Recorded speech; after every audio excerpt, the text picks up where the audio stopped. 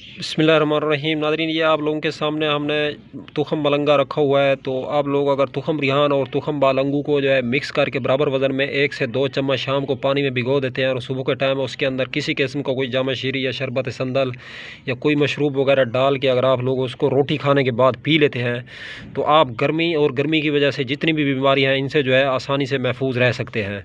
अगर आपके नाक में से खून आता है तो नाक में से खून का अखराज जो है ये भी बंद हो जाएगा।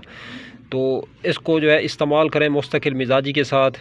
तुखम बलंगा और तुखम रिहान इसको बराबर वज़न में मिक्स करें और जिस्म के अंदर जो गर्मी होती है, जो हिद्दत होती है, जिस्म का जो टम्परेचर है ये अगर बढ़ चुका है तो इसको दूर करने के लिए तुखम बालंगू और तुखम रिहान से बढ़कर और कोई चीज़ भी नहीं है। नाज़रीन, ये जो सेड्स होते हैं इनके अंदर बहुत ज़्यादा ताकत होती है, ये बहुत ही पावरफुल जो है बीज होते हैं।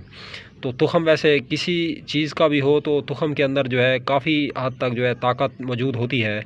तो ये गर्मी को तो दूर करता ही करता है, लेकिन गर्मी के साथ साथ जो ब्लीडिंग होती है जिस्म से, ब्लीडिंग के अखराज को भी ख़त्म करता है।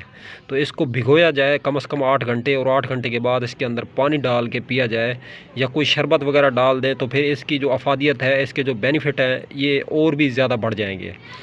तो नाज़रीन, इसको इस्तेमाल करें और काम में लाएँ और हमें दुआओं में याद रखें। अब तक के लिए इतना ही। तब तक के लिए अपना भी ख्याल रखें और अपने इस फेसबुक पेज और यूट्यूब चैनल का भी। तो दोस्तों हम मिलेंगे किसी भी नई से नई वीडियो के साथ। अब तक के लिए इतना ही।